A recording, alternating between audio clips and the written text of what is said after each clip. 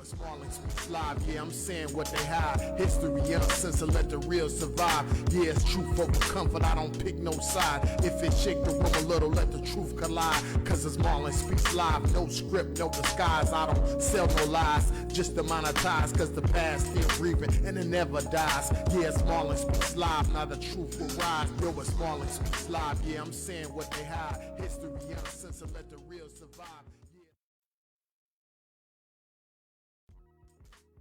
What up, what up, what up? Welcome back. Another episode of Marlon Speaks Live.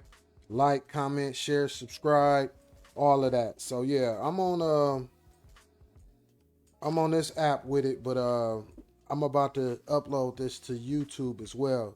So just like I said earlier, I'm making content for both channels actually, but I'm gonna do it like I said I was gonna do it earlier. I'm gonna do it in reverse. I'm gonna do everything over here today.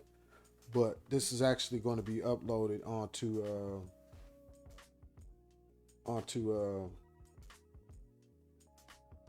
YouTube as well. So yeah, happy Martin Luther King Day, everybody. If y'all had to work today, that's unfortunate. Man, not only should nobody have to work today, but this should be a day where everybody reflect on peace, on what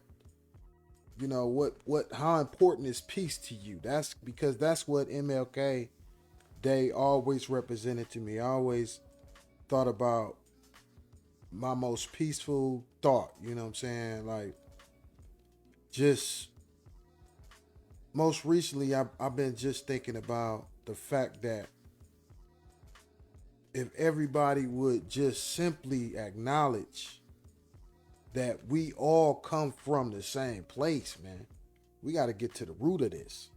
You know, a lot of the issues going on in this world is really just ignorance, not knowing who you are.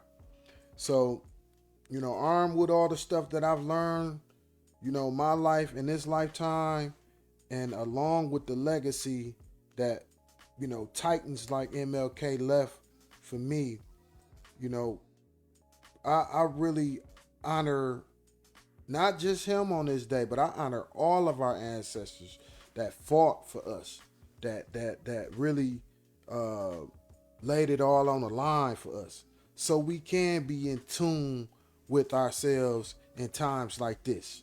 You know what I'm saying? So we can't just sit on the sideline and look at these folks tear each other up for nothing. You know what I'm saying? Knowing that, you know, we had bright-minded people.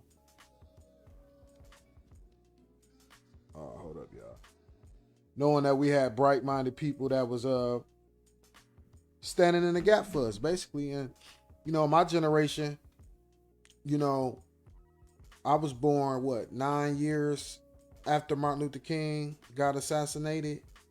And so that his assassination was still kind of fresh in the memory of our people.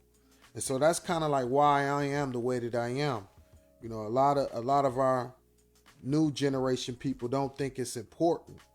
They either I don't want to say they dismissive. Let me get the right terminology. I actually wrote some notes down.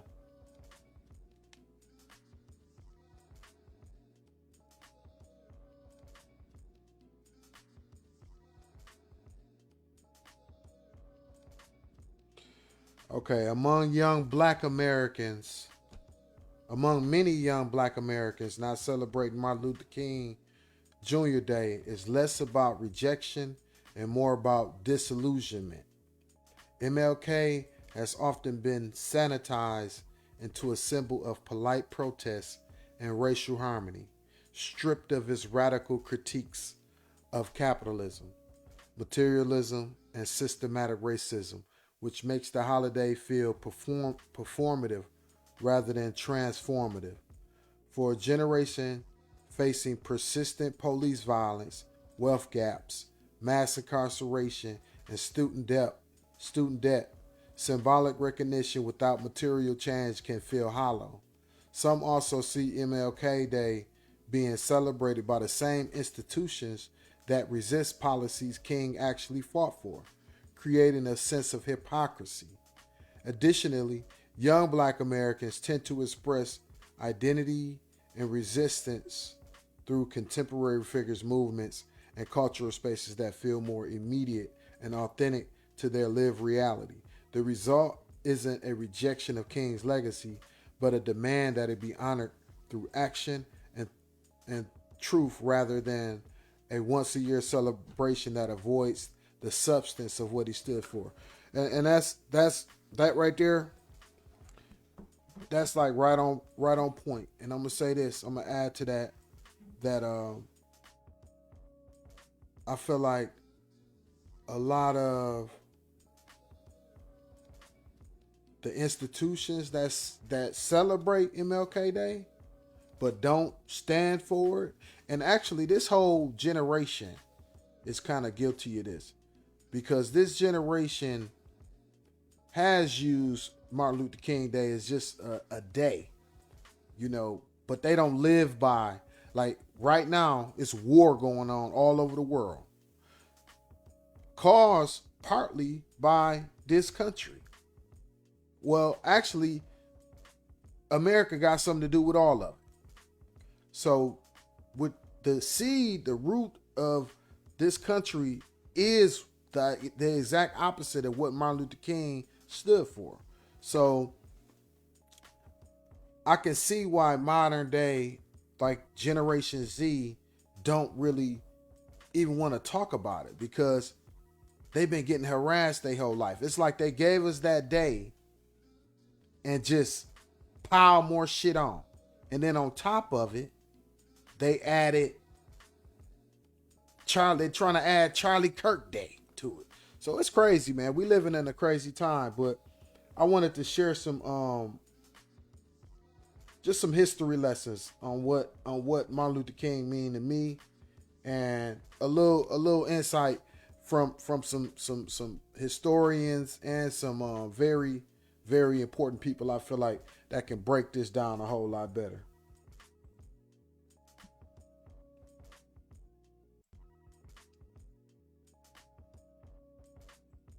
A lot of people don't know the only reason that Martin Luther King's birthday is a holiday is because the King family and Stevie Wonder lobbied very hard and very long for that holiday. People forget that what they call Black Happy Birthday, the Stevie Wonder Happy Birthday, was a protest song about making the King holiday a reality. Happy birthday to you. Happy birthday to you. Happy birthday. And it was so effective. Finally, the Senate voted on it. 99 out of 100 senators agreed to make that birthday a holiday, except for one, John McCain. The guy that Stevie sent me to say goodbye to. What a great man Stevie Wonder is. How much this country could learn from a man like that. Yeah, so that's a little history on. And I remember being a young kid, 5 or 6 years old, and that song coming out. And I remember I knew that. I knew that Happy Birthday song by Stevie Wonder was an actual homage to Martin Luther King. I knew that. We all knew that. Everybody that's my age in our community especially knew that the Happy Birthday song by Stevie Wonder was a happy birthday to Martin Luther King. And if you listen to the lyrics, you will know what he's saying. He actually, speaking about Martin Luther King in the song. So that's just a little history for a lot of the young people that might not have seen the Dave Chappelle show, which I thought was one of the best stand-up comedies ever. And then we're gonna go down the road, man. Give some of y'all that might not even know or care to know what Martin Luther King Day mean. And this is one of our ancestors. So yeah, y'all check it out. Very own WGN News at 9. The national observance for Dr. Martin Luther King Jr. Day is now ingrained into American culture, but that wasn't always the case. The push to commemorate Dr. King's birthday as a national holiday was met with resistance, but advocates in support of the day prevailed. WGN's Jewel Hillary explains. Some people credit legendary singer Stevie Wonder with getting Martin Luther King Jr.'s birthday observed as a holiday. And while he did play a huge role in the effort, it took a massive nationwide grassroots approach. But as we learned from a local Chicagoan directly linked to the campaign, it was a woman closely connected to Dr. King who most significantly influenced the passage of Dr. Martin Luther King Jr. Day. When Dr. Martin Luther King Jr. spoke, his bold, passion-filled speeches insisting unity and equality enlightened people's minds and unified communities from all walks of life during an era of unfathomable discrimination and terror for many African Americans.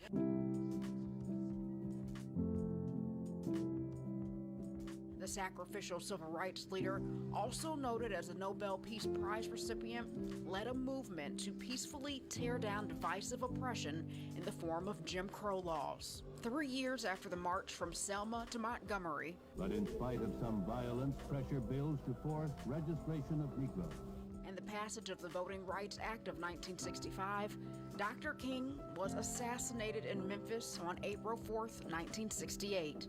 Reverend Jesse Jackson, who worked closely with Dr. King, watched the man many call a hero collapse.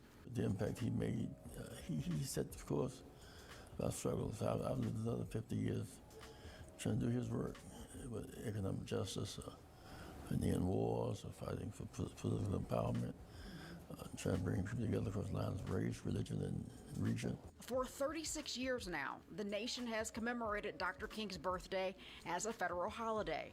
So depending on your age, you may have always been out of school to observe MLK Day.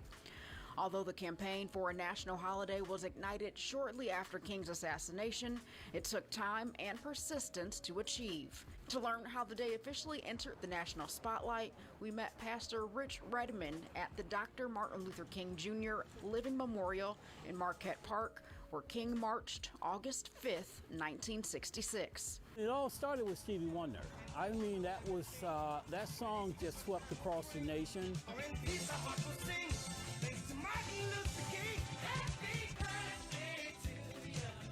Redmond is referring to Stevie Wonder's 1980 hit dedicated to nationalizing King's birthday.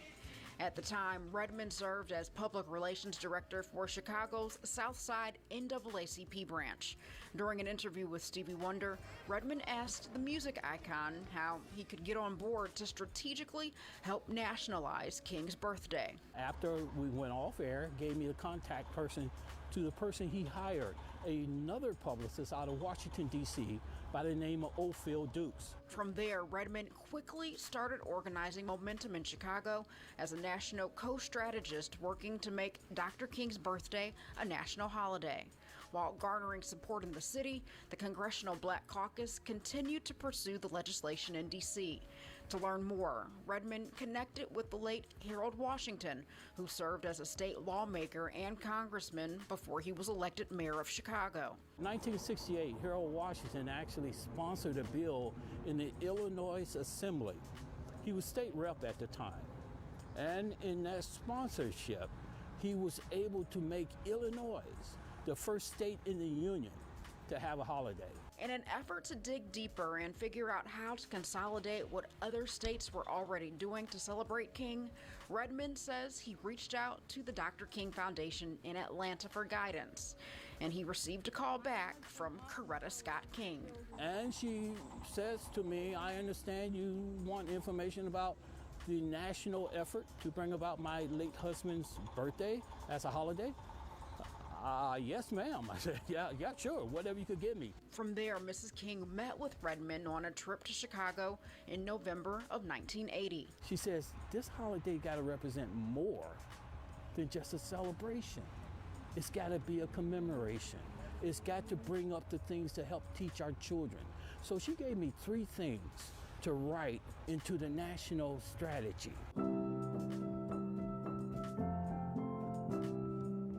education was first. Mrs. King specifically wanted African American children to learn about their history and the sacrifices their predecessors endured and died for to achieve the privileges we have today. Secondly, Mrs. King's vision included commemorating the many people who worked tirelessly in the fight for civil rights.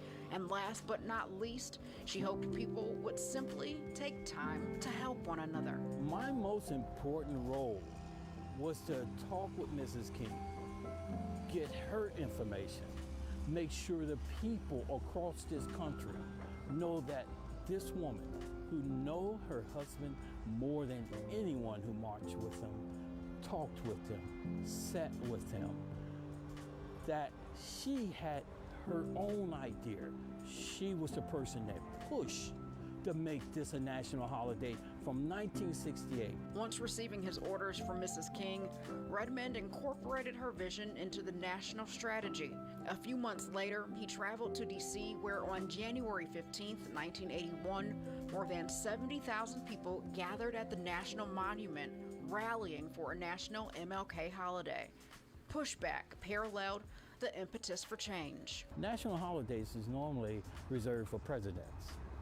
And that was the battle and the argument that was going on from the Southern caucus. It was a question as to why him. This man changed the conscience of this country.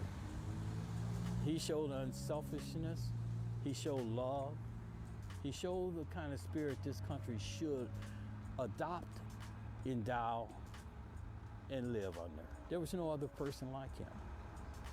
That's why Dr. King. Eventually, the hard work and persistence paid off. In November 1983, was Ronald Reagan signed the national bill, making it a national holiday. Mrs. King was with him in the Rose Garden. It was just a fantastic move. We achieved what we started out to be. While Martin Luther King Jr. Day prompts many to reflect on Dr. King's life and legacy, Reverend Jackson says all these years later, he thinks about King daily. I think about him every day. Every time I make a speech, I think about him. I internalize him, and I think about him every day in some way or another. In addition to advocating for a national holiday commemorating Dr. King's life, Pastor Redmond also created and spearheaded the City of Chicago's Mayor's Office Dr. King Interfaith Breakfast. That program started in 1986. Back to you.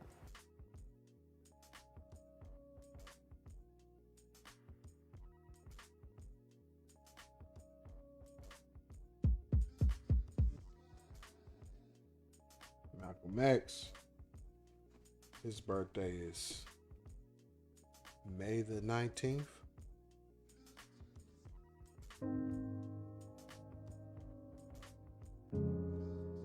I remember the day when the March on Washington was all over. We went back down to the White House. President Kennedy invited us back down. And he stood in the door of the Oval Office and greeted each one of us. He was like a proud, beaming father that everything had gone so well.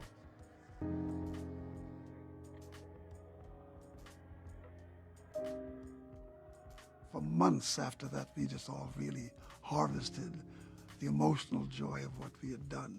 The joy that we took home with us out of that arena inspired us to start thinking about what could we do beyond what we were doing already. And the lesson is not to stop, not to give up. If you ask us back then that Barack Obama would be in the White House today, we would say no way. Man, what? When people left, as Dr. King suggested, we went back home, back to the heart of the Deep South, to intensify our efforts to gain the vote, to get a Civil Rights Bill passed. But 18 days after the march was a terrible bombing of the church in Birmingham, where 4 little girls were killed on a Sunday morning. It was a sad and dark hour for the movement. But it said to us that we had more work to do. It's odd to say, but it encouraged us more. These people are reacting this way against us because we're being effective. And so we're going to keep on doing it. We're going to do even more if we can. We won't let this stop us. We won't let this turn us around. We did get the Civil Rights Bill. Eventually, we did get a Voting Rights Act. But the quality of life for many people remained the same for many, many years. One of the ways to really stop a movement is to kill off its thinkers. And they killed Dr. King, and they killed Medgar Evers, and they killed Bobby Kennedy and John Kennedy. All this was in one fell swoop eliminated.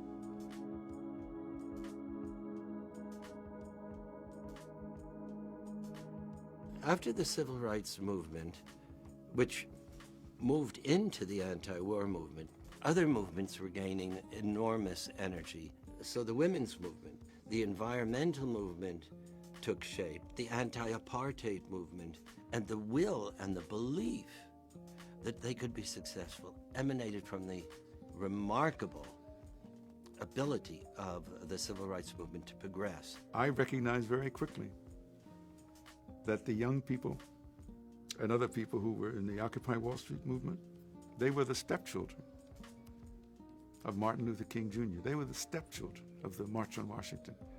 They were trying to raise the consciousness of the country to the inequitable distribution of wealth opportunities very much in the same way that he was trying to do it. We need people to lead, to get up front on some of the big issues, and to be a headlight and not a taillight. And people who are speaking up today for immigration reform, for gay rights, control of the proliferation of guns, they are showing some courage. The action of the Supreme Court 5 in gutting the essence of the Voting Rights Act, it's an enormous reversal. It's been one of the most successful pieces of legislation in modern history. Enormous change takes time, and you have to continue to battle. You don't win a lawsuit or win getting a law on the books and then fold your tents and go home. Oh no, the struggle continues. I was part of this mobilization that has never been duplicated again, and I wonder why. I'm not blaming young people. Well, yes, I am. But they ought to be doing a bit more. I really thought that feeling around Obama was so important, to know that it existed. I, in retrospect, wish that we'd managed to keep him from running for office, because he could have run a movement. I think he would have had a better chance at making social change happen if he had approached it, and the way King did. What I say to a lot of young people who speak about the fact that the civil rights movement is somehow a thing of the past, I said, let me more. I really thought that feeling around Obama was so important, to know that it existed. I, in retrospect, wish that we'd managed to keep him from running for office, because he could have run a movement. Did she say keep him from running? See, this is them racist Democrats that we got. Yeah, trust me. They don't want to see us. See, them Democrats represent. Y'all heard of that crab in the bucket syndrome. But they represent like the owners of the bucket with the crabs in it. So they represent the human who own that bucket of crabs. That's what they represent. And so they'll push all the crabs back in. The crabs think they doing something, but this human come through and grab them, throw them in the pot and cook them. You know what I'm saying? So, man, we got to be careful. And that's why I'm not really into none of the politics shit. None. No, I'm God in the flesh. Like, the things that I tap into, that I've learned in my lifetime, I've learned that we are the original man. We actually birthed all other races. So this is how we have to approach when we dealing with all these racist white folks, because that Democrat and Republican shit, we ain't none of that. We way more than all of that. We created the men that created these systems. So we over all of this. So no, not only are we not a damn or you know what I'm saying, some type of political party. That's not who. No, don't just think this mean Democrat. This don't mean Democrat. And that's the thing, man. Like they I guess the Democratic Party, they used Martin Luther King. They did. They used them. They gave us that day and went right back to creating the prison. I mean, you know what I'm saying, school to prison pipeline. That's what Clinton responsible for, if y'all don't know. I think he would have had a better chance at making social change Yeah, whatever. happen if he'd approached it. And, you know, the way Well, you King want did. us to keep marching? What I say to a lot of young people who speak about the fact that the civil rights movement is somehow a thing of the past, I said, let me paint a picture for you. Almost all the movement in that period. It's an evolution. That's what we doing now. You know, for me, I look at it like they did that so we won't have to do it. You know, it's a big disconnect with our elders and the youth. You know, I'm an elder now. And it's a big disconnect between my generation and the youth. And all I know is this how I see it. The elders did things so we wouldn't have to do it. Just like a father do things so his son don't have to do it. You know, I don't want my sons living the same life that I lived. I want them to, you know, live a totally different life. That life that I wished I could have lived. You know, and that's what we supposed to do. We shouldn't, as elders, we shouldn't expect our kids to, you know what I'm saying, to do the same things we did. No, we should be looking at it like, you know what, I set the foundation, you build on it. You don't do the same thing I did. No, we ain't finna get out here and march and all that. We ain't finna do that. Y'all, they did that so we wouldn't have to. That's how I look at it. Almost all critical thought, almost all critical decisions were made by the young. And if you want to take a look at John Lewis and where he was 18. You take a look at Julian Bond, he was 18. If you take a look at Diane Nash, she was pregnant and leading a movement. She was the one that designed the Freedom Rides. And none of these people came with political design and with clear thought. No. These were simple, ordinary folk. When young people say, where do we find our leaders? Where are the Dr. Kings? Well, look where Dr. King resided and where he was found in the first instance, and maybe you'll find that there's some more Dr. Kings there. Yeah. I credit the fact that I got schooled, I got brought up in the movement, in the civil rights movement, to give me the perspective. That march laid the basis for the modern battles for human rights all across the globe. It cannot be underestimated. The fact that individual, ordinary people from across America made up their minds they were going to step into that movement and step into the streets and come to Washington to raise their grievances in the finest traditions of American democracy.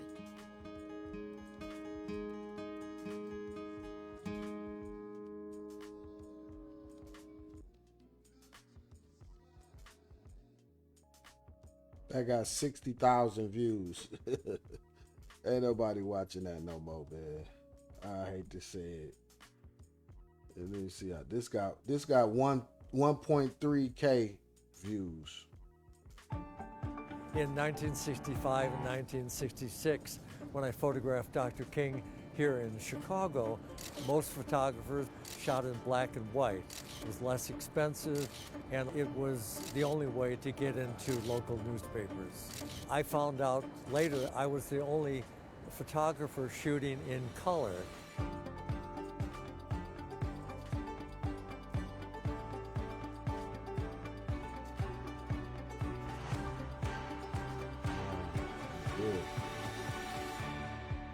The Commission on Human Relations used these photos for a number of years, thinking, how can we celebrate Martin Luther King's birthday?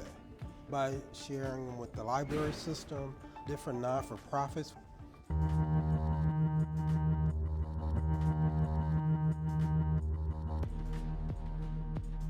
I was trying to help people understand that it wasn't Dr. King that was causing the violence, but that there were people in Chicago neighborhoods that did not want fair housing.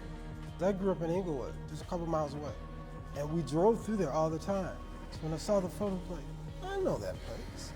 Yeah, this is where they actually threw rocks at my mother's car. I was here with Dr. King and about 10,000 other people. I was able to get within a couple feet of the podium. In those days, there really was no security.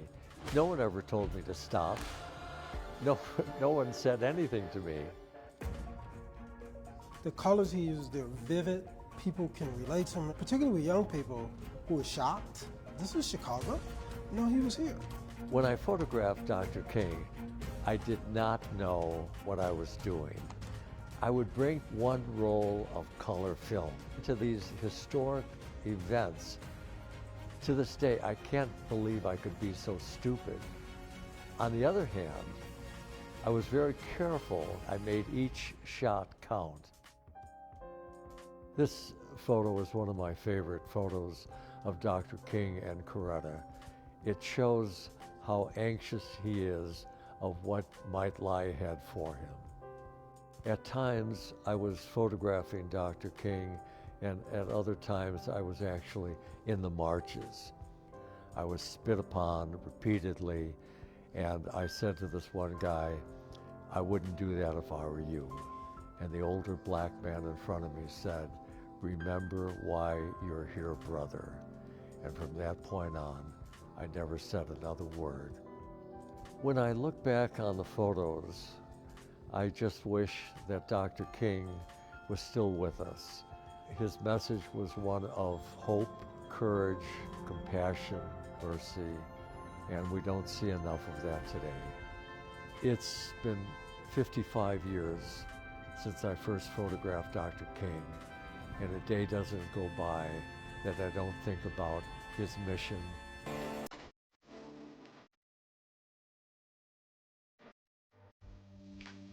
One of my favorite quotes from Dr. King, I have many, he says, we must all live as brothers and sisters or perish as fools.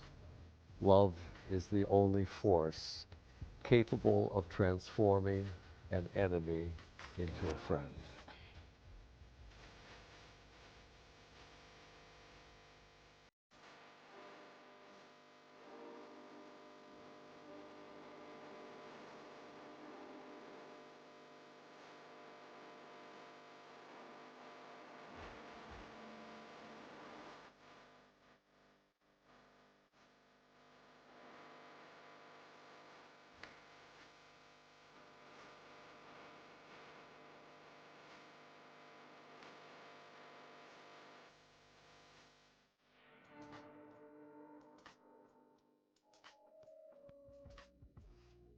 Yeah. That's dope, man. That's so dope. So, isn't it so ironic that, or not even ironic, I would say it's fitting that our ancestors marched peacefully. And what's going on right now with the protesters in Minnesota, they are marching non-peacefully. Right? And I truly believe they're going to get the exact opposite results than what Martin Luther King got when he was marching. There's a whole lot of change that came from them peacefully marching and letting the government, all the police, all the different police departments, letting them show how wicked they were. If these white folks out there in Minnesota march peacefully, then maybe they can get the same results. Yeah, let me go to so now I'm about to switch gears. Because obviously the place that we're in this country, which it's been building up to here a long time. I noticed every year on Martin Luther King Day, a group of my coworkers always wanted to work. They never wanted that day off. They just would come to work. They just volunteered to come to work. And also, my place of employment was complicit. They always offered MLK Day as overtime. Every year that I worked for GM, they offered MLK Day as overtime. And you know what? Usually it'd be all white people in there. So that was like, that's what I would say was their Charlie Kirk Day before Charlie Kirk. When they went to work, I bet if they make this Charlie Kirk Day a holiday, it's going to be the exact opposite. Because I know I don't want that day off. I'm not observing that devil. I'm not. So I'm going to be working on Charlie Kirk Day. If they make this an official holiday, I don't know how. We're going to get to that too. So yeah, I asked chat. I said, what signal is being given when white coworkers refuse to take the day off and instead volunteers to work on that day? And chat said, when white coworkers refuse to take the day off and instead volunteer to work on Martin Luther King Jr. Day, the signal being sent is less about productivity and more about values, whether intentional or not. To many people, especially black coworkers, it can read as indifference to historical weight of the day or discomfort with what MLK actually represented beyond a feel-good narrative. It may signal that racial justice is seen as optional, symbolic, or not worthy of interruption. Unlike other holidays that are widely respected without question, in some cases, it communicates allegiance to a work-first or politics-free mindset that only seems to activate when the subject is black liberation, even if framed as personal choice or work ethic. The social message often received is that the legacy of racial struggle is being minimized, privatized, or quietly resisted rather than honored collectively. That's something that, those are perfect words. And in layman terms, your white racist coworker is letting you know how racist he is without saying it, but hiding under, oh, I want this overtime. That's what they always say at my job. Oh, I'm trying to get this overtime. Yeah, sign me up. Yeah. And I be just looking at them like, you know what? I ain't gonna forget that. You know, you can't make no big deal about things like that. If you're trying to get your money and provide for your family, you can't make that, something like an Achilles heel that's gonna hurt you in the long run. So I never like buck up. It's just something I quietly note, you know what I'm saying? And that's the position that we in. We don't have to protest no more. We can quietly note things. And that's all due to people like Martin Luther King, especially Martin Luther King. And that's why I'm saluting him. Rest in heaven today, ancestor. Look.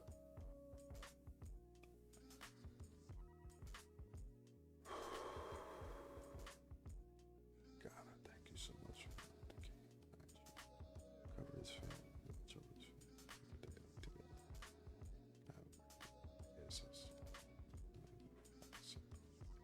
Yeah, so we got to pray for Martin Luther King Jr. family. This is a day I know is probably hard for them. This is actually my granddaddy's birthday as well. My granddaddy's name was Robert Monthrell. Yeah, he was like 9 years older than Martin Luther King. So yeah, man. Or my granddaddy's birthday around this day. I think it's close to this day. I know it's in January sometime. So yeah, let's go to another video that I got discussing what I just brought up. It's Roland Martin. Check him out. Folks, check this out. So, white nationalist Charlie Kirk, you know, the Turning Point in USA, they love Donald Trump. They also had a whole bunch of racists work for them. These are the fools who initially had Candace Owens, you know, that clueless fool working for them as well. So check this out. This fool, Charlie Kirk, now says he's going to come out and every week discredit Dr. King because he believes that the Civil Rights Act should never have been passed, and that, as they say, it ushered in a permanent DEI-type bureaucracy. And so check this out. Kirk, he says in his quote, we're going to be hitting him every week. Yeah, on the day of the Iowa caucus, it's MLK Day. We're going to do the things you're not supposed to do. We're going to tell the truth about MLK Jr. You better tune in. Blake has already been preparing. It's going to be great. Oh, who's Blake? Well, this person here says, Blake is an apparent reference to Blake Neff, a producer of the Charlie Kirk Show. In 2020, Neff resigned from his job at Fox News as Tucker Carlson's top writer after CNN revealed he had been making racist posts under a pseudonym. No shock, Michael, that Charlie Kirk would have a racist working on his show. No shock at all, because birds of a feather flock together.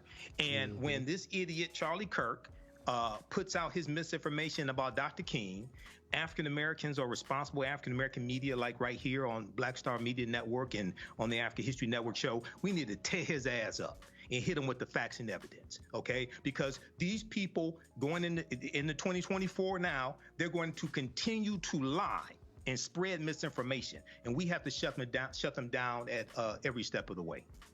You know, and here's the deal, and John Quell, I mean, the reason I wrote this book, the reason I laid out in White Fear, and I said all these things were going to happen. Their goal is to attack any and everything that has been beneficial to black folks and others. That is their aim. Yeah. Mm-hmm. You know, it brings up just an interesting topic about when affirmative action, how that was just, it's over, right? That set us back 124 years. I mean, there have been so many attacks, and there just has not been any outrage behind it. There hasn't been, you just don't hear anything about it. It's just kind of like everybody just pick up and just said, all right. Yeah, because they hurting themselves trying to hurt us. It ain't even no point in protesting. These devils, they already dead. They the walking dead. You know why? Because they don't know who they are. Their whole existence depends on us.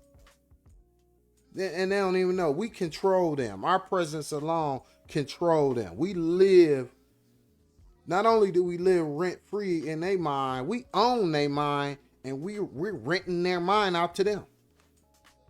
That's how you know, that's how strong of a hold we have on them. They wouldn't know who they are if it wasn't for the hate that they have for us. So most of us nowadays, we know how this gonna end for them. We done seen it. It already happened. As much as they trying to hurt us, they hurting themselves even more by trying to hurt us. That's why it ain't no outrage. Affirmative action is over. And see, affirmative action was dope because it was actual jobs that black people could get back then. That was good. But it ain't even no jobs for us no more. It's past. It's past. Like, it ain't even too many jobs. I got a job, but for all of us, it ain't enough. I'm just gonna say that. And all the stuff that they trying to pull on the job, if you get one, you know, you still worry about this old school racism, the shit they still holding on to, man. Don't nobody want to be dealing with that shit on no job. These crazy ass folks trying to get you fired every chance they get. They come to work and don't do a damn thing. They come to work and sit on their ass. That's all they do. Come to work, sit on their ass, and try to snitch on the black person. Ain't nobody trying to go through that bullshit. You mess around and catch a case. it really has a lot to do, and we should be concerned as a community about the future of the young people behind us, right? I mean, we have got to fight back. Our young people got everything that they inherited from us. But the thing of it is, our young people do have to understand. That's why I'm doing this video, to try to spark some stuff in some of them. You know what's going on now. A lot of young people, they don't want to work in those structured. Most of them don't want to work in those structured type of traditional 9 to 5. That's just how they are. They don't look forward to that. You know, they'll do it. Some of them will do it, you know, just to be doing it. But they want more. They want more. They don't want the same kind of jobs that my generation had. That's not what they looking for. They looking for more. You know, they want to be content creators, you know, YouTubers. They try to get a heavy bag for doing what they love to do. I ain't mad at them. They want to rap. You know what I'm saying? Rap is a mainstream. It used to be in my generation a pipe dream, but it's a real reality now. And I'm all for it. Y'all, as y'all know, I'm in the music business, so I support the artists, the young creators. And a lot of them making a lot of money. You know, it's just a formula to it. Once you figure that formula out, you create your own career. A lot of our youth have figured that out. You know, a lot of older people, my age and older, don't even know what's going on. Don't know. All you need is this. If you know how to work this is money. You could change your life with this. A lot of people don't know, though. A lot of people our age don't know. They think, oh, they stupid. They playing the game all day. They might be live streaming and probably got 1 million subscribers and got way more money than you got. You know what I'm saying? But yeah. To all of these attacks, because they're chipping away, and it's chipping away at the progress that we have been able to make through the years. And so as these things are happening, and as these attacks on our laws, on our privileges, on our rights that have affected our community, we can't stand by. I mean, we have to take action, whether it's you being present on shows, protesting, and all of that. I mean, when, for example, the George Floyd movement, when that occurred, just the power, the worldwide power, it took that level of a tragedy for our community, and not in addition to our community, an outcry across the world for people to come out and stand together to make a difference. And we have got to use some of those same tools, not the burning of buildings and trashing windows and all of that, but we have got to employ, we're coming up on the heels of Martin Luther King Day on Monday.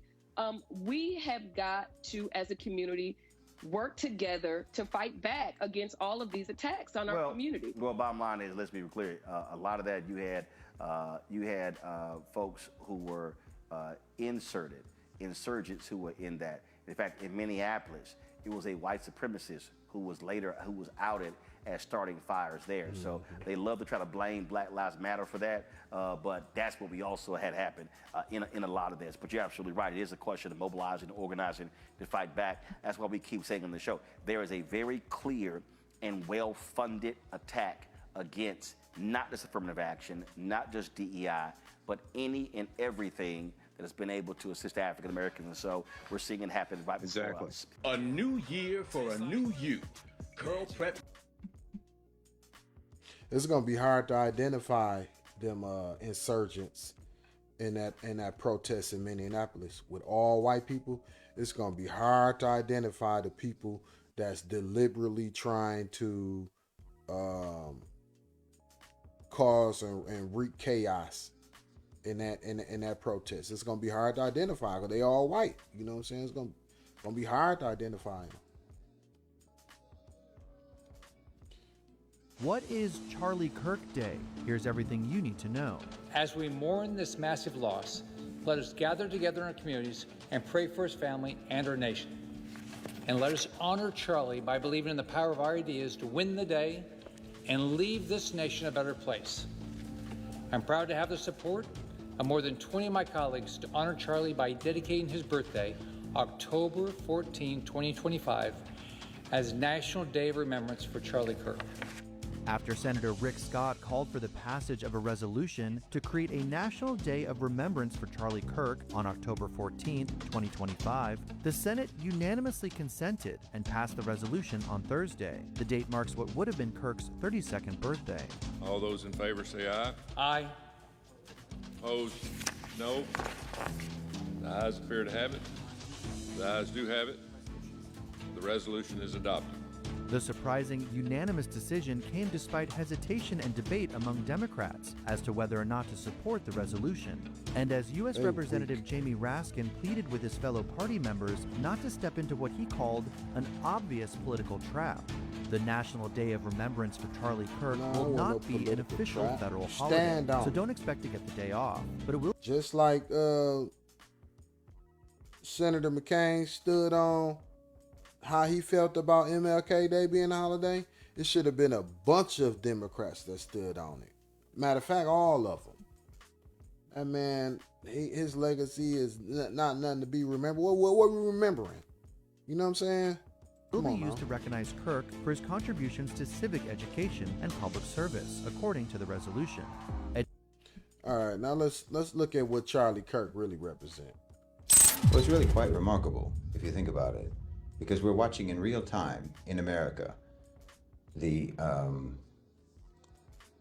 fabrication of history, the rewriting of history, the fabrication of false folklore happening in real time, which is just the first draft of a fake history. They're doing it right now with their boy Charlie Kirk. You know, suddenly this person has become like an empty vessel into which they can pour all of the cliches in popular culture about martyred leaders, you know, people who stood for something and who got, you know, cut down in their prime. It's like if you ask ChatGPT or some Hollywood hack screenwriter to come up with a fictional stereotype of a man of the people, you know, someone who, truth teller, wasn't afraid to tell the truth and whatnot, stand up for his principles and so forth, and he gets cut down in his prime. Here's your story. This is the premise. This is what they're doing. So now you wrap up the actual historical record of this man. You wrap that up in the gauze of these cliches and this cynical sentimentality until the actual man himself is completely obscured. And in fact, this is how you wrote your whole history. And we're watching it now play out in real time. You mythologize like you're doing now. And you're watching that myth-making process going on right now with Charlie Kirk. Like I say, in real time, in just the last few months. The truth of the matter is, Kirk was barely known to most people. He was just a weird, far-right grifter, you know, following in the footsteps of the life. Nobody knew him. He was weak. Nobody knew him. In black community, nobody knew who this dude was. Everybody was like, dang, you see that dude that got shot? Like, where? And you see it like it's just a random white dude getting shot. It's like, oh, yeah, they tripping. White folks going crazy. He just was a white dude. Likes of Ben Shapiro, Steven Crowder with his Change My Mind bit, Milo Yiannopoulos and others, spewing fallacious white nationalist, KKK, xenophobic, racist talking points, rapid fire, first probably in his bathroom mirror, and then on college campuses to choirs of chronically online, inexperienced college kids. That's all he was. That's what he was. That's what Charlie Kirk was. And like I said, almost nobody had ever heard of him before. I mean, just look at the Google searches. Look at the Google searches of his name prior to his murder. It's non-existent.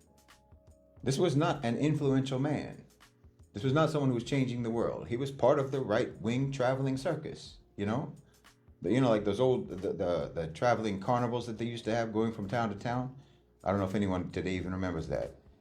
And that's what he was doing, and just flogging the same old talking points, peddling the same old dogmas of the power structure. Completely aligned with the rich and powerful. And generally attacking the weak and the vulnerable. Paid to be an imperialist colonial apologist. Doing that brave, courageous work of justifying white supremacy in a white supremacist country. Company man, that's what he was. And he made himself extremely wealthy, basically by being a shoeshine boy for power. That's what Charlie Kirk was, let's be honest. That's literally the easiest way to get wealthy in America. But you'll notice now, No one is actually talking about what he ever said, what he actually pushed, what he actually peddled, what his paid opinions were, what his actual words were. No, they're not talking about that. No one quotes him.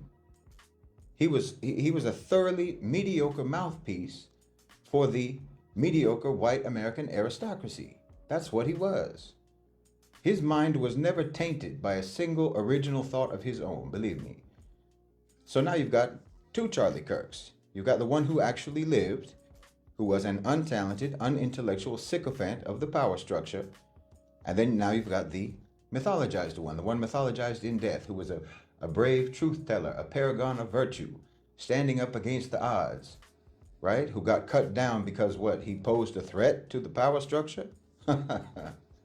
It's both comedic and contemptible, to be honest. It's comedic and contemptible how much disdain they have for your intelligence. That they could actually just inflate this false icon and fly Charlie Kirk like a blimp over a stadium and expect you to think that there's anything inside of that blimp except hot air. And now he's got a holiday.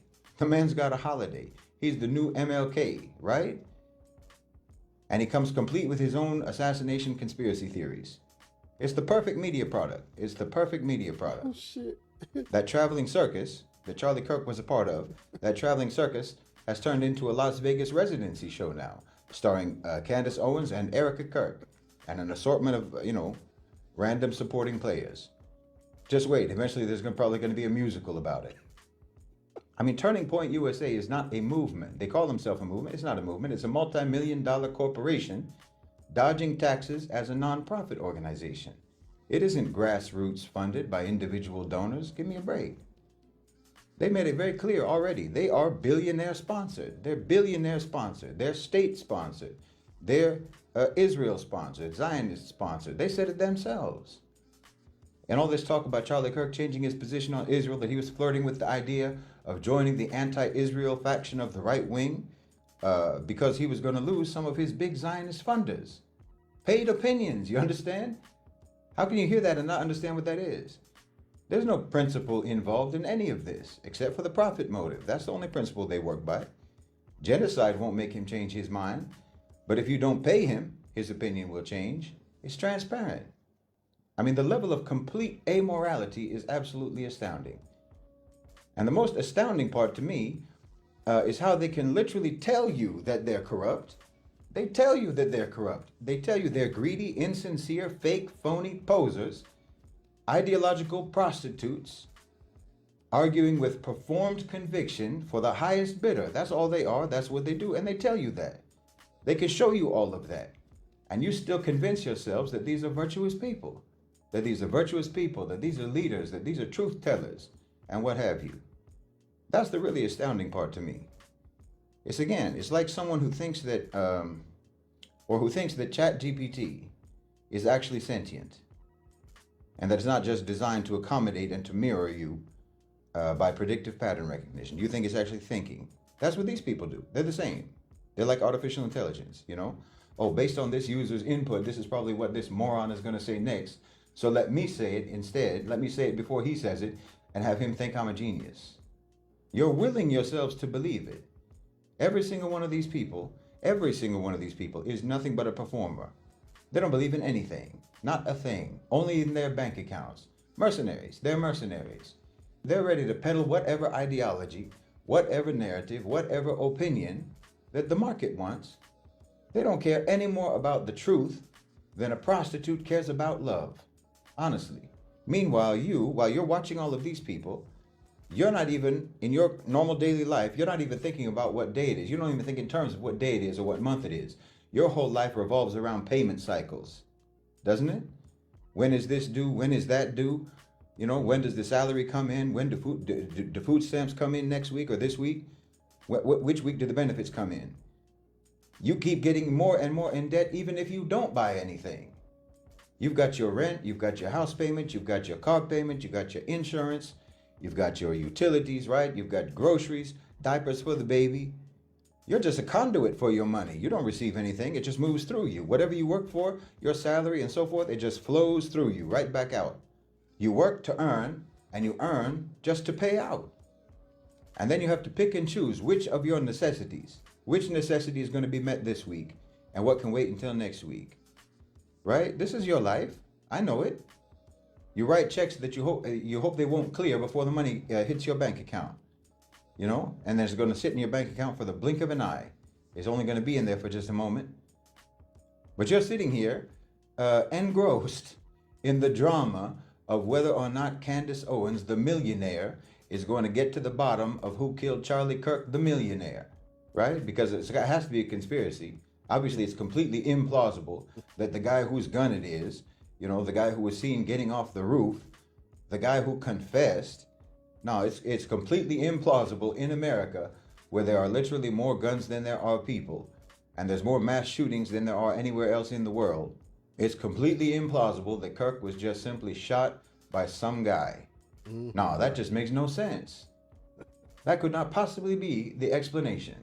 It makes much more sense that there had to be a grand conspiracy in which the local police colluded, the FBI colluded, Turning Point colluded, Erica Kirk colluded, and even international intelligence agencies colluded, and some billionaire cabal colluded, all to take out this objectively insignificant, fringe, mediocre drifter who made all of his money by hateful rage baiting on behalf of the power structure. I'm telling you, Candace Owens does not believe a single word that she says. Neither does Erica Kirk. And this whole whodunit movie, this whole whodunit drama series is being produced just so that you can busy yourself with that when you actually have much more urgent and much more important crises of your own that you should be dealing with. Watch, some of you are going to come into the comments right now after what I just said. I know some of you are going to come in the comment section talking about your own conspiracy theories to argue about, you know, the whatever, the angle of the bullet and so forth.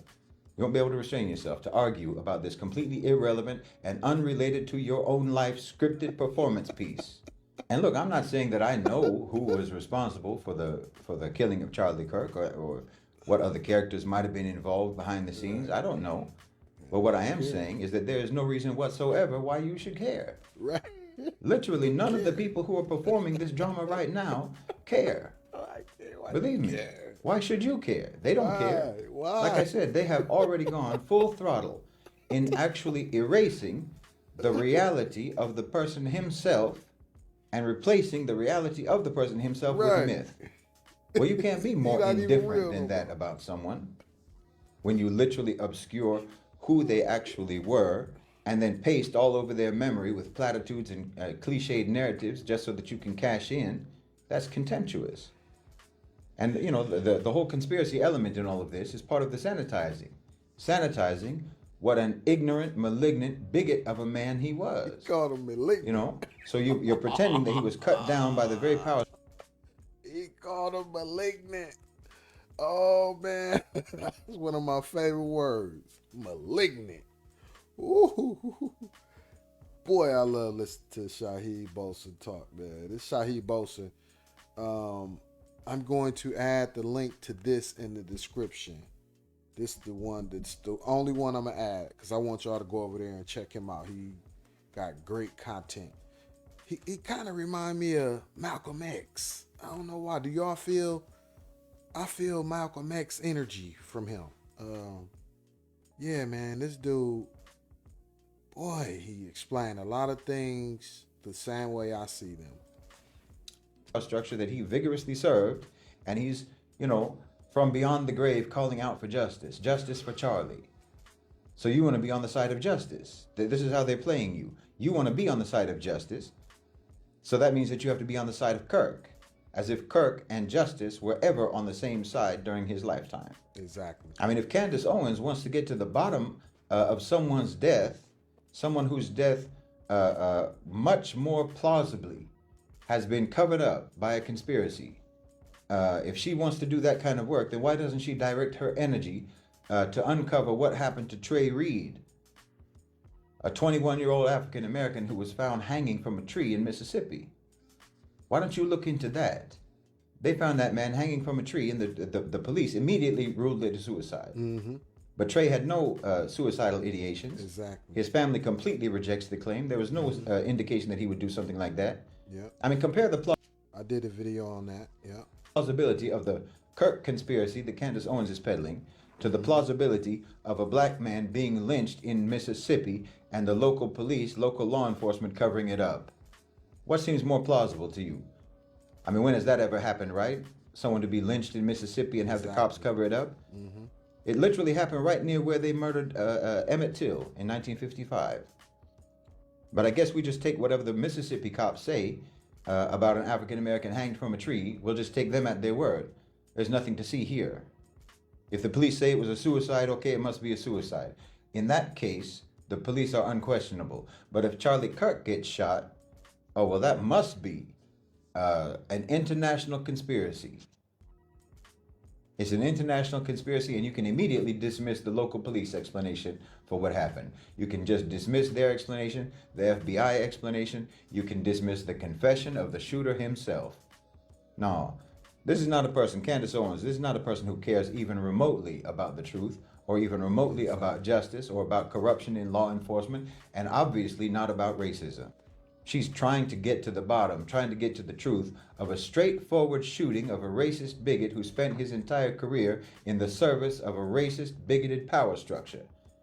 I mean, until now, most murders against African Americans, most African American murder victims, their murders go unsolved in the United States. But you want to now do your bulldog routine to try to solve the already solved murder of some xenophobic sycophant of the power structure who basically advocated the ethnic cleansing of black people in America. Mm-hmm. So of course you don't care about a possible lynching in Mississippi. But you're all caught up in this. You're all caught up following this drama online. It's like a new Netflix series for some of you. Oh, did you see Candace Owens last night? Her latest episode, she was dropping bombshells. Huh. Meanwhile, people like you and I are getting attacked in real life, getting detained, barely able to survive over there, getting swept up by masked ICE agents. I mean, I don't even know why they wear masks when you know they want to wear sheets. People potentially getting lynched in America, black and brown people, Muslim people, homeless people, getting hunted down like dogs. And it is even crimes that need solving. You don't even have to get to the bottom of it because we know who's doing it. Who's doing it are the ones that we would normally have to go to get crimes solved, but they're the ones who are committing the crimes. Do you understand?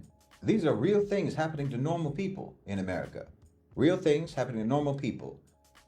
I mean, someone who's caught up right now watching Candace Owens, you know, you're caught up to see what's the next development, what's the next episode, what's the next bombshell in the Erica Kirk, Candace Owens saga about Charlie Kirk and so on, and you're filling your mind with that and you're filling your time with that nonsense.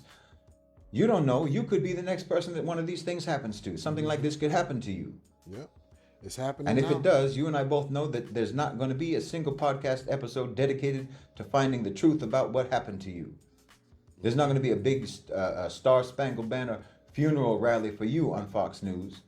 Tucker Carlson is not going to say your name on his platform. Turning Point isn't going to turn to you. And Candace Owens, you can forget about it. And there won't be any liberals either. You'll just disappear into a van and never be heard from again, or you'll be found dangling from a tree branch somewhere, and everyone will just say case closed. Please understand me. Please understand me. These people are for entertainment purposes only. They don't have any feelings whatsoever about anything that they say. Truly. They only say what they say because you have feelings. That's why they say what they say. For them, your feelings and your principles and your values, that's their business model. And no, I'm not saying that they are actually addressing your feelings. That's not their business model. They're not addressing your feelings. They're using your feelings. They use what you believe in just to get you off track. You understand? So that you never address your matters yourself. And see, they'll offer you a nice one and they'll offer you the evil one. They'll offer you one that you can agree with and one that you will disagree with. They're not sure which one you're going to take. They'll offer you one that you like and one that you potentially hate. They don't care. Listen, they don't care what you like. They don't care what you agree with. They don't care what you think is good, as long as you stay within the options that they are offering you. And you are absolutely kidding yourself if you think that any single one of these people are so-called sticking their necks out, or so-called saying the things that no one will say, while they've got $60 million from Netflix just to say it. or they've got billionaire backers, billionaire sponsors. No, these are just different ends of the allowed narrative spectrum, right? From Nick Fuentes to Jimmy Kimmel, from Tucker Carlson to Stephen Colbert, from Candace Owens to Dave Chappelle, okay? There's not a single one of them, who is saying anything whatsoever that the power structure does not approve of. It is the power structure itself that has made these people multimillionaires, so be serious. These are all characters. That's what they are. They are characters. I mean, literally. These people are characters. They're narrative devices. That's all. The ones that you agree with and the ones that you disagree with. They're all part of the same narrative device toolbox. The ones that you like and the ones that you don't like. They're all literally fictional characters. Candace Owens, Bill Maher, Tucker Carlson, Erica Kirk, Charlie Kirk was, Ben Shapiro is, Megyn Kelly, Stephen Colbert, Jimmy Kimmel, Rachel Maddow, whoever else. On either side, it doesn't matter. Liberal, conservative, right, left, so on. Not a single one of them believes in a single word that they're saying about anything at any time. They don't believe it any more than someone who's reading their lines in a commercial, in an advertisement, has a deep conviction at the core of their being about the product being sold. They don't feel one way or another about it. They're just saying their lines. And of course, the same obviously applies to the politicians. I don't understand how anyone doesn't already know this already, to be honest. You must already know this. You know, if you see sometimes these media personalities saying something particularly atrocious online or in the media, and you ask yourself, how could they possibly say that? How can they believe that? How could someone be so hateful? How could they be so ignorant? How could they be so delusional? And you see this all the time because they always play to extremes. Well, the answer is they're not delusional. The answer is they're not ignorant. The answer is they're probably not even hateful, to be honest. They don't believe what they're saying. That's the answer. They don't believe what they're saying. They're saying what they're saying because that's the part that they're playing. That's the role. That's their function. The only thing that they believe in is getting paid. That's the only thing they believe in, is getting paid and serving power. All of them. To a T. To a man. Even the ones that you think aren't. Look, think about it this way. It's like if you have a shelf of options, right? From this side to this side. You've got Bernie Sanders model over here. You have a Lindsey Graham model over here. You got a Tucker Carlson here. You got a Bill Maher there, and so forth. This shelf of options. You got something for everybody. There's something for everybody. They don't care which one you pick. Doesn't matter. It's like a company, like really a shelf at a grocery store. You got a company that has actually dozens of products, but you think that all of those products belong to different companies, and you think that they're all competitors because you don't know that they're all actually owned by the same parent company. So they don't care if you buy this product or you buy that product because they're both their products. So they don't care which one you take from their shelf. Right. They just don't want you to ever take from any other shelf. Right. That's the problem. That's the only issue that they have. Mm-hmm. They don't want you to take from any other shelf, and they don't want you to have your own shelf. Gotcha. You understand? So like, for example, when Dave Chappelle closes his, whatever it is, $20 million Netflix special by slamming Israel, no, it doesn't mean that he's sticking his neck out for Palestine. It doesn't mean that he's, taking a risk. It means that it's allowed now. Same with him praising Saudi Arabia. This is allowed now. Because of everything that I've been talking about for the last 3 years. The power dynamics are shifting. The transition to the global south. The A-National OCGFC are in favor of that. The A-National OCGFC are anti-Zionist. They are pro-GCC. So the anti-Zionist, pro-GCC opinions have now been added to the narrative shelf. And when they control the shelf, you just have to take whatever is closest to what you want. And if it's not exactly what you want, well, you just take from the available options, whatever is on the shelf. And you only know just that one shelf, right? It's like people who like to wear sports jerseys from some sports team. They want a jersey that has the same number as their favorite player, right? But if the number that they want isn't available, then they'll go with whatever number, as long as they can get the jersey of the team that they like, right? So that you'll settle. It's not exactly what you want, but it's close enough. And if the team jersey isn't available, then you'll get your next the jersey for the next favorite team, your second favorite team, or even if it's the same color scheme or something like that. If you're looking for something, you'll take whatever is the closest thing to what you want, and this is how the narratives work.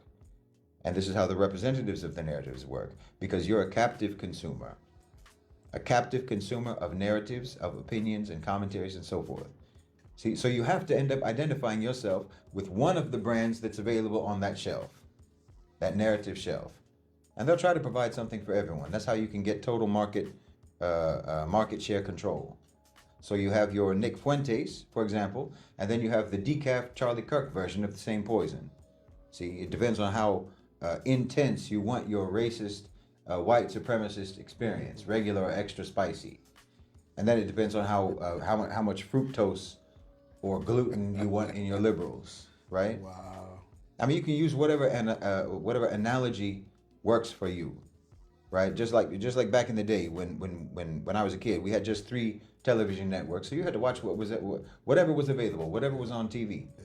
You had to watch it. It may not have been exactly what you wanted to watch, but you had to choose back in those days from CBS, NBC, and ABC. That's all there was. So whichever one was showing something closer to your tastes, that's what you would watch. And that's what these people are. These are your limited channels. So you have your comedies, you have your dramas, you have your mystery thriller whodunits. I hope you understand what they're doing. I truly hope that you understand what they're really doing. And like I said, all of this is just to keep you derailed and distracted. It's to keep you never addressing anything real. You've got multimillionaires and billionaires gaslighting you into thinking that they represent you, that they're one of you, that they stand for what you stand for, that they believe what you believe, that they have your principles and your values. But I'm telling you, there is a threshold of wealth. There's a threshold of wealth and privilege that, wallahi, once you cross it, it may as well be a portal to a different dimension, honestly. It gets me. Over there, you keep fussing about immigrants. You keep fussing about immigrants and foreigners, so-called taking over your countries. Meanwhile, your countries are actually completely under the control of the smallest, strangest, most predatory and culturally foreign demographic imaginable, the super rich. I've said it before, the super rich, wallahi, the super rich should be regarded as foreigners no matter what country they're in. No matter what country they're in. They have nothing to do with the life of the average citizen of any country on earth. What do they have to do with the rest of us? Billionaires and multimillionaires, in my opinion, should be classified as a permanently alien nationality everywhere they go and everywhere that they are. An American or a British or a French billionaire is no more American or British or French than an immigrant to those countries. Do you understand me? An immigrant who toils and struggles right alongside the rest of the people. Do you actually think that you have more in common with a Bill Gates or a Mark Zuckerberg or a Sam Altman or an Elon Musk or some celebrity than you have in common with an immigrant from Guatemala or Honduras or Mexico who's working right alongside you? Right. Wallahi, Gates and those people do not live in the same world that you and I live in, much less the same country. And I don't care how many so-called bad hombres that you have over there among immigrants or illegal immigrants or what have you. No, collectively, they could never do more harm to your society than those obscenely rich parasites that have captured your whole government, that play roulette with your economy, that are leeching off your taxes, that are pumping up the cost of living, that are at the same time suppressing the wages of tens of millions of people, not to mention laying off workers left and right, just to cut costs so that they can have greater bonuses. But you're over there getting mad about immigrants. Immigrants, by the way, most of whose countries you robbed, you pillaged, and you looted. Immigrants who have every right, in my opinion, they have every right to come over there to where you took all of their resources, to where you took all of their stuff. No, immigrants from the global south go to America like going to a lost and found counter. Yeah, I'm here to retrieve my goods, please. I'm here to retrieve my property, please. And who did that, by the way? Who did all of that looting and pillaging and robbing and stealing? Those same millionaires and billionaires, those corporations and those shareholders, that alien elite. The alien elite who screenwrite all your narratives to interpret reality for you and always pointing your focus away from them. That aristocracy of America, that bloated, insulated, debauched, sociopathic, degenerate class of the rich and powerful that you allow those people to tell you what to do and tell you what you should care about, and they lecture you about so-called spiritual warfare, cultural warfare, and what have you, tell you about how to save America. Meanwhile, they've got jewelry that could pay off your whole mortgage, and probably the mortgage of your whole block. Not to mention that we've seen what they do in their private lives, how they treat your most vulnerable young daughters like props, like party snacks. They're engaged in behaviors that no normal person would even imagine during a nightmare. I mean, they show you and show you and show you, and they tell you openly, actually, how much complete, dismissive, contemptuous disdain they have for you, that they have for your well-being and for the well-being of your society. But you just keep reaching for that same shelf. You do that. You keep reaching for the shelf that they're giving you those limited options on. Tell me, how on earth can the rest of us in the world, how are we supposed to differentiate between you, the average normal people, and what you accept, and what you approve, and what you applaud, and what you pay for? I mean, like I said, you are letting them rewrite history in real time in the case of Charlie Kirk right in front of you, turning him into an American hero blow-up doll that bears no resemblance whatsoever to the worthless grifter that he really was. It means that genuine integrity and values and morals and principles mean nothing to you. It's like that stolen valor that you always talk about when there's people who pretend that they were soldiers and were never in the army, were never in the military. But somehow you're perfectly fine with manufacturing a folk hero icon, out of nothing, out of the utterly undeserving. I mean, do you even grasp how degrading that is for you? How degrading it is to you yourselves? To have the fact that your heroes, your role models, are all either degenerate, greedy, narcissistic celebrities, or millionaires and billionaires, or else they are appointed for you by the power structure that is comprised of those degenerate millionaires and billionaires. They appoint your heroes for you, complete with ceremonial fireworks displays and balloons dropping from the ceiling. Your heroes that you have are all people that could not care less about your struggles. They could not care less about your suffering. They can't even relate to it. And they don't care even slightly whether you live or you die. Doesn't make any difference to them whatsoever. But now you've got your social media feeds, you've got your television networks and what have you, trying to convince you that those people are virtuous and you should look up to them. And you just compliantly pivot your attention towards them. You pivot your attention towards any shiny thing that they dangle in front of you, even if it's feces with Christmas tinsel on it. Wow. Like I said, I'm going to add the link to Shahid Bosen. Y'all already know what Martin Luther King Day is. So yeah, let me share, before I leave, let me share my experience. If y'all haven't been to see the Martin Luther King Jr.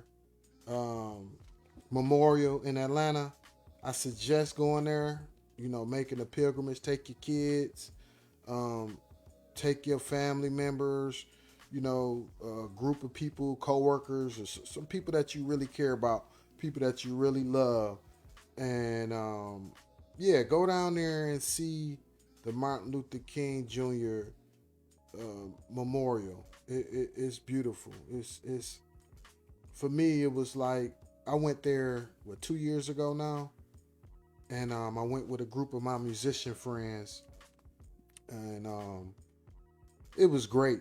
All black men down there, all ages. Really just me. I was the oldest, and a bunch of young, three young guys. And man, it was dope, man. It was real dope. We had a blast, and it was more for them. It was my first time going there too, but I got some footage of when we went there, and I want to share that with y'all right now. Oh la la.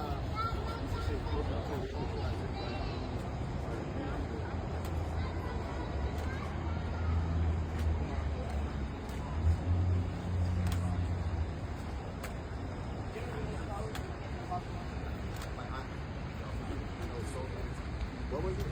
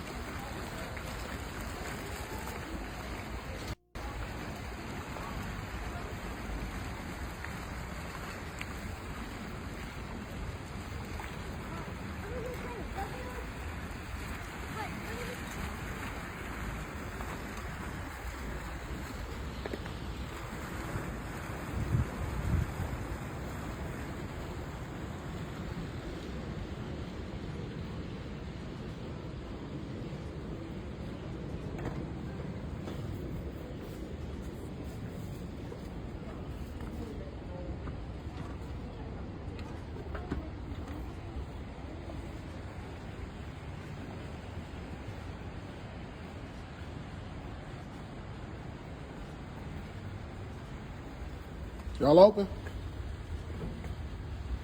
Oh, y'all closed?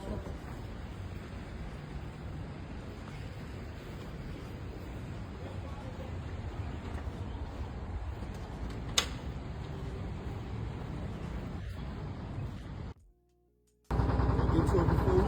That's how Yeah. we first do it. Gentrification, man.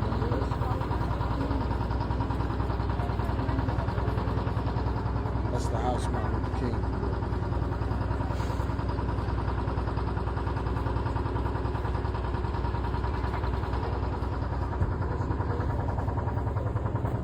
Yeah, this is my personal video.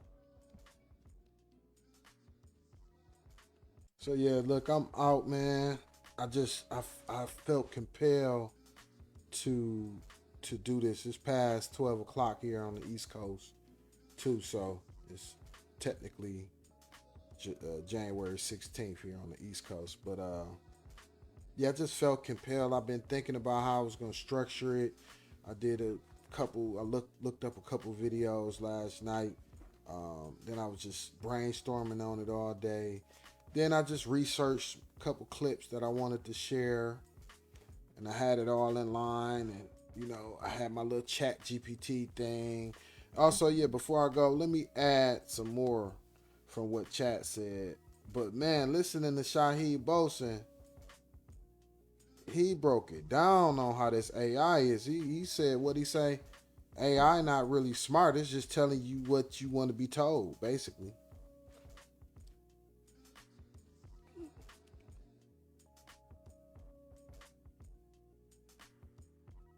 So I asked Chat, I said, explain the phenomenon of places of employment not celebrating Martin Luther King Day, but celebrating Charlie Kirk Day. Now, this hasn't happened yet because Charlie Kirk Day, the first one was last year.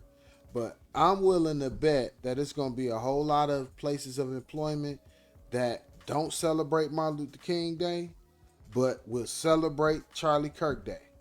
I'm willing to bet that's coming. Like them factories out in Howe, Michigan. You know, them factories out there in, you know, them factories that a lot of on the pier. And yeah. So Chat said this phenomenon usually reflects power, politics, and branding rather than history or morality.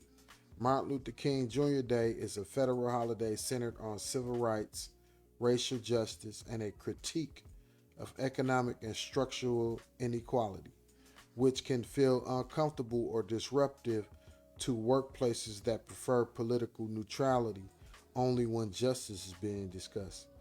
In contrast, a Charlie Kirk Day or similar recognition often isn't an official holiday, but a voluntary cultural signal aligned with conservative ideology, free market values, or anti-DEI sentiment that some employers see as less threatening to existing hierarchies. Celebrating MLK Day requires engaging with a full legacy, including labor rights, anti-militarism, and systemic racism, not just feel-good quotes while celebrating contemporary political figures. Allows organizations to frame ideology as individual opinion, motivation, or patriotism rather than structural change. In short, many workplaces avoid MLK Day not because it's apolitical, but because it is too political in a way that challenges power, whereas celebrating figures like Charlie Kirk often reinforces the status quo while being labeled as just culture or quote free speech unquote. So yeah, that's it, man. That's gonna tie it up. And I really did this for myself, but if y'all get something out of it, cool. But this is for me. This is so I could document my mindset on a day like today. So I could document my thoughts on a day like today. I really don't care if you agree or not. You know, like I said, I'm just documenting my thoughts. So you can say, oh, what are you talking about? I don't care what you think. Trust me. I'm doing this for me. So I can come back years later, so my kids could look at it years later. My grandkids, yeah, I got a purpose. I know who I am. I'm a man made in God's image, nothing more or less. So, yeah, I don't know. Y'all got to find y'all path, man. You know, I'm not doing this for y'all. So, look, I'm out. Enjoy y'all night. Happy Martin Luther King Jr. Day. I love y'all. I love y'all. Even if you hate me, even if you hate yourself, I love you. Especially if you got this melanin. You a man made in God's image. Sis, you a goddess. You're made in God's image. Y'all enjoy, man. I'm out.